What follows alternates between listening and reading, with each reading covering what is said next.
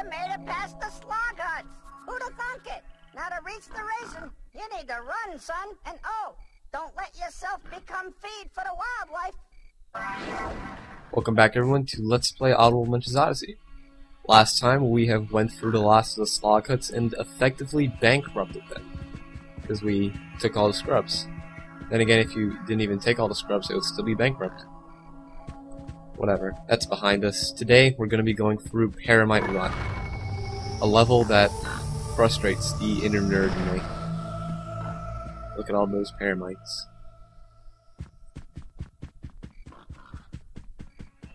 First off, before I go freaking out over everything, I should explain how the level works, since it's very simple and very short, not a long level at all. Basically, you get the espresso, and you start running into no man's land full of these Paramites. That's what these dudes are called, if you don't know. Espresso makes you run just fast enough, or you can get Munch on his wheelchair to run across, but that's a bit less reliable. As Abe, you can just run across. There's some mines scattered around to ward off the Paramites or to throw you off. Either way, it won't really do you much good. And you just collect all the spoofs to the other end of the, I don't know, this obstacle course. There's like forks in the road, but they all lead to the same ending. And you need 99 spoofs by the end to progress. There's a couple of espresso machines midway through in case you get a bit, I don't know, low on your juice. No. Keep you running, and a couple of barriers to make sure that not too many Paramites start clogging up the screen. At least that's what I think they're there for. I'm actually pretty impressed that the game can take up so many Paramites on the screen at one time and not like slow down or anything. It's pretty good for an early Xbox game.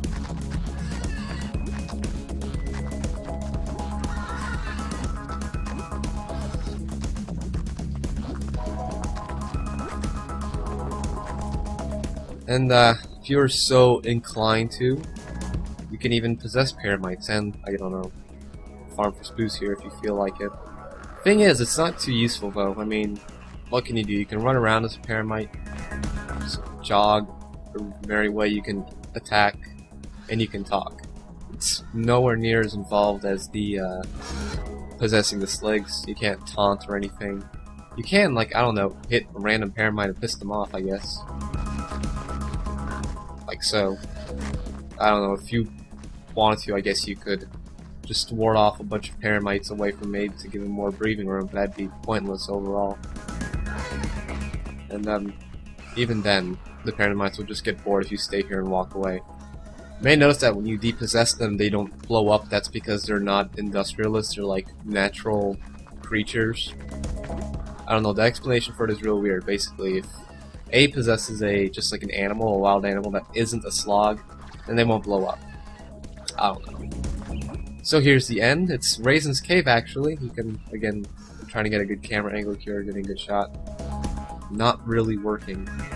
But there's 99 spoof lock, and when we take that all the way through, we can go into the cave and finish the level. As you can see, we don't have enough, so I'm gonna collect the rest with Munch on a wheelchair, which is a bit less reliable because, man, it's empty here. Because of the explosions of the mines, they can throw you off the wheelchair, and you're actually gonna see that pretty soon. And then once Munch gets off his wheelchair in the middle of a place like this, you can just say goodbye. And that's the basics of the level down. Now I can, oh, there we go, running into a mine, falling off the wheelchair. You're dead. Now that that's over with, I can complain about the level itself. The level's called Paramite Run, and this has Paramites. Unfortunately, it feels like the Paramites are really shoehorned in here. Like this level really doesn't need to be in the game. I mean, it's pretty uninspired, and it just seems like an excuse to throw Paramites in. And to make it worse, it's really not displaying the true characteristics of a Paramite. In the last two Oddworld games, Paramites were pretty solitary. I mean, you never really saw them in huge packs like this. I mean, they would be together, but most of them would be hiding with only one acting as bait. Here they're just like saying screw it and just letting them run around here. And they're in an environment that really doesn't seem natural to them. I mean, past few games they were in caves and areas where they could make webs. This is just really big, wide open, and you know, there's no webs. They're not using that as any sort of indication. And when you have a Paramite by themselves, they don't attack you. And there are multiple instances, well, really only one in this recording, where I was alone with just one Paramite and would still be attacking. So, I don't know, and there's really no explanation to why they're here. I mean, Shaman doesn't explain it. I would understand if it was just like a, I don't know, industrial herding area or something. But that's just not the case, and we're left to believe that the Paramites are just chilling here for no reason. It really bugs me. This rant, I know. At least for other wildlife throwbacks they have in the game, they have a better explanation. Like here, see? Paramite right by myself, excuse me. And it just keeps attacking me. And somehow I survived that as Munch. I'm not sure how. I only have like one bird left. One more hit and I'll probably be dead. Yep.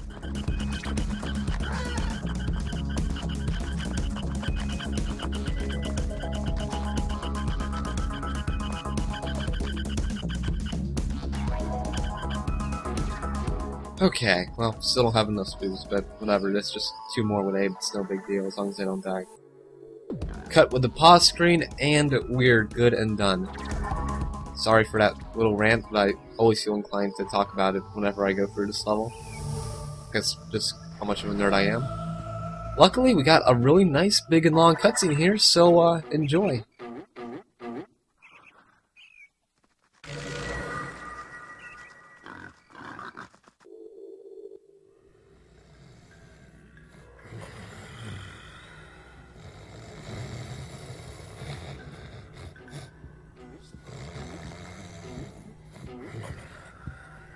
It's about time, Stitch Lips.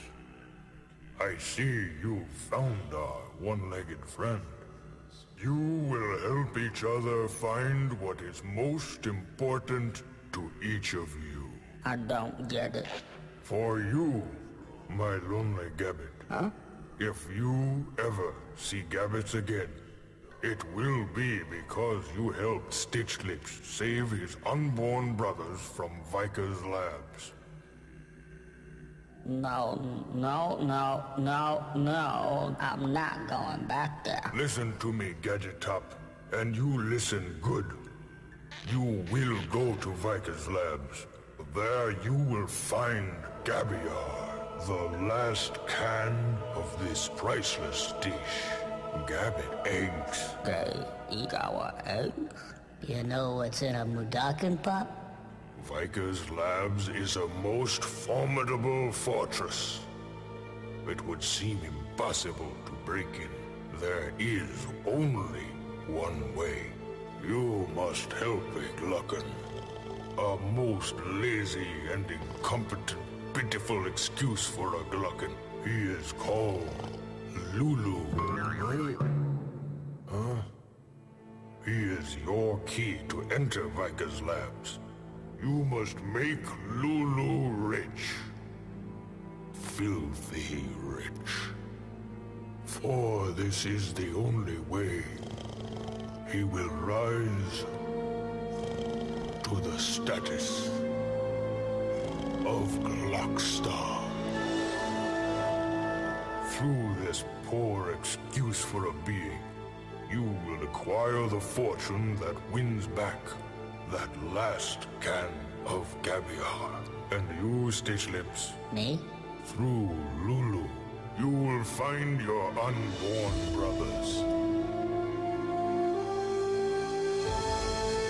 Your destinies are together. Only together you will succeed. Help Lulu. And then...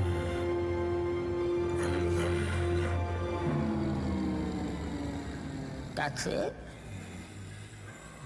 That's the big message?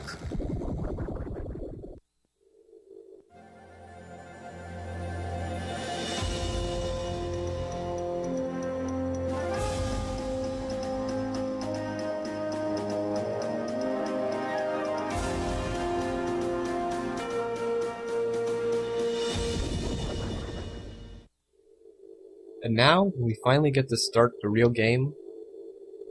Next update. That's it for this episode of Let's Play Oddworld Munch's Oddysee. Next time we'll be tackling our first Gluckin in the Meat Herder village. See you then.